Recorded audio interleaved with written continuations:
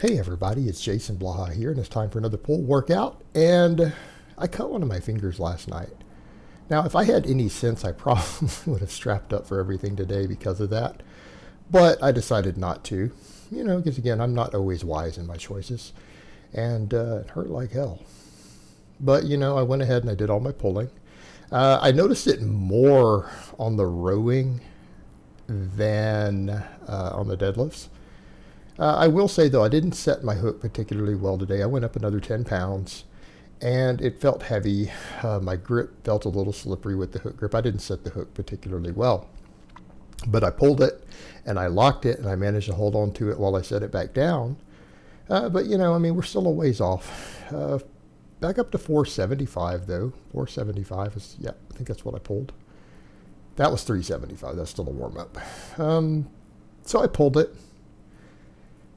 In spite of the cut finger, in spite of having to rebuild my lower back and everything. But honestly, I felt like this is getting pretty close to what I can handle right now. So back to that point, have I lost strength with the lower body muscle loss and the pull and everything? Yeah. And people need to understand, I think it's come up, and I'm just banning people for being stupid at this point. My pull was not entirely related to what I was doing with my training. People need to understand that too. Again, maybe I downplayed how bad of an infection I had and why I was sideloading everything. Let me make this very, very clear for anyone who doesn't understand, without being too grotesque.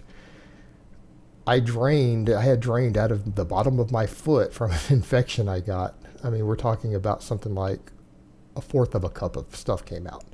I had been squatting with that in there, and it hurt, but I didn't realize how bad it was till I went and got it drained.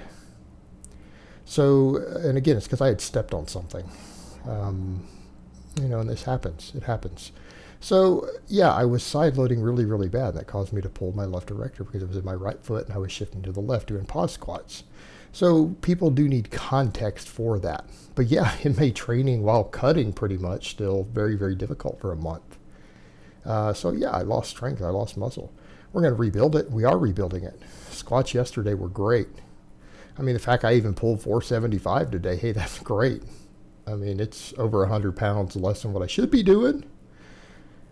But, we're going to get it all back step by step by step.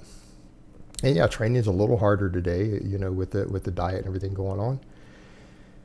So, stuck it out though, ground through it. I will say, I think my last set of rows, I stopped short and didn't do all my reps because, again, the finger bothering me, just a bit of fatigue, everything else. I think I stopped short on the last set. I don't think I did all my reps. And that's okay. It's fine. Again, this is just a volume movement for me at the moment.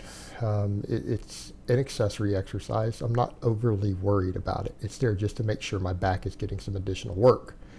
To be honest, I could build big lats without doing any sort of upper back pull like that. My deadlifts, my good mornings, my squats, my overhead pressing, for me, that would actually maintain my back size. The only reason I'm doing some of this is, again, making sure my rear delts get work, making sure my lats get work, my biceps get a good compound movement in. It's good grip training.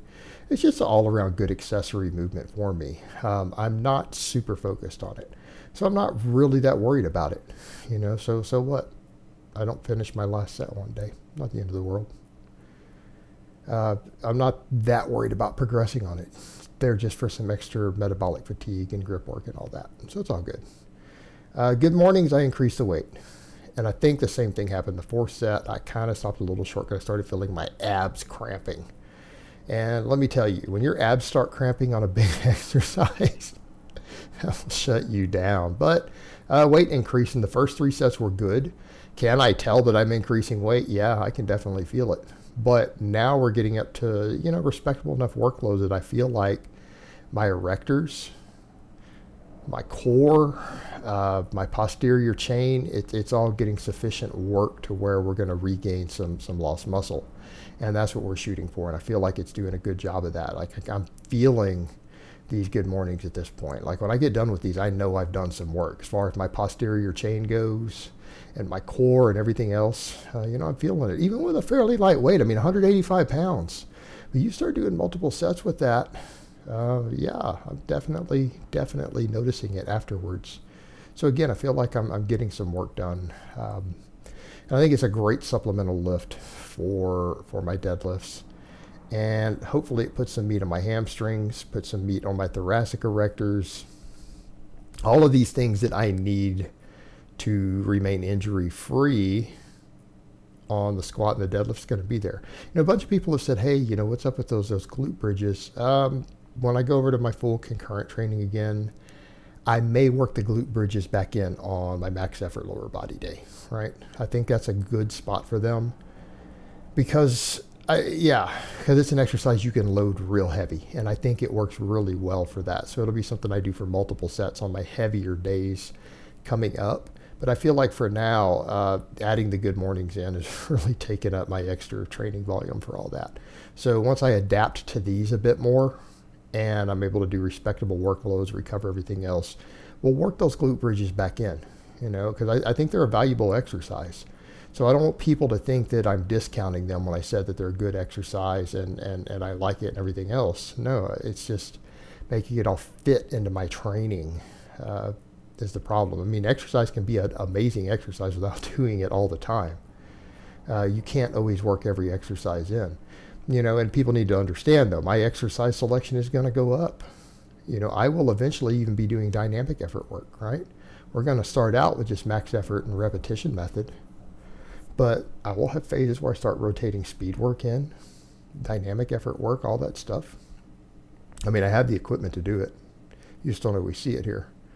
But I have everything I need to do all that. Speed boxes with bands. Speed bench. Now people will say, how's that carry over to your raw lifts? Well, for speed work, it's okay as long as you keep it heavy enough. It's the max effort accommodating resistance or even too much of your volume that's a problem. You have to do your full range of motion exercises. And dynamic effort work done correctly actually does do some interesting stuff at the bottom. For example, done correctly, overspeed eccentrics on dynamic benching actually do have merit because they do cause a stretch reflex at the bottom. So they actually do have some potential things they do at the bottom of the exercise. So you're dealing with something a little different here than trying to just come in and do a reverse band bench or benching off boards. That's what you're not going to see me doing because it's not conducive to a raw lifter. Trying to maximize size, trying to maximize strength. And the whole point with concurrent periodization is maximizing weekly workload while still recovering from it because of the way your different training stimulus flow into each other. And, it's obvious you don't need that stuff as a novice lifter. I'll be honest, most of you out there don't need that. You don't need that. It's not necessary. Cheat curls, though, definitely coming along. Feel the nose in my arms. Feel the nose in my arms. Again, I'm actually staying pretty full there too, despite being carb depleted. So again, it goes to show that, in fact, I'm a little bit bloated today. Whole different issue going on there. It's gastrointestinal distress, but that'll all fade over time. So the point I'm making with all this, all these people are like, well, they'll cut their carbs back and they lose a bunch of water weight. Well, that's not really ideal for training, is it? That's one reason I'm sodium and magnesium loading to a large extent. And notice the difference. Notice that I do look full. See the veins. Notice my bicep pump. All right. I'm not on gear. Not on drugs. I'm eating like 20 grams of carbs a day. All right. I'm still maintaining a fullness to some extent. I mean, obviously, I'm by no means looking like a bodybuilder. But the point is electrolytes, salts. That's one of the biggest mistakes people make when they run the lower carb diets. And that's one of the reasons they're unhealthy. Like actual electrolyte loss is one of the actual health risks of people who do keto style diets. And that's something I'm going to make clear with videos I have coming out in the future. If you're not willing to sodium load, or if you have problems with your blood pressure when you do, you're going to have problems with that sort of diet. Because you have to load salt, you have to load magnesium, potassium. Otherwise, you piss all your water weight out. You lose intramuscular water. Right? That's not conducive to training, and it's not even conducive to health. I mean, that massive shift in electrolytes is actually unhealthy. It can hurt you. It can hurt you. You need to be very aware of that. But notice I am maintaining a certain amount of fullness, and it comes down to the electrolyte loading. All right. I take magnesium salts and then I add sodium to everything. High sodium foods. All right, guys, so that's really all I have to say on that today. I hope it's been informative, and I will talk to you guys next time.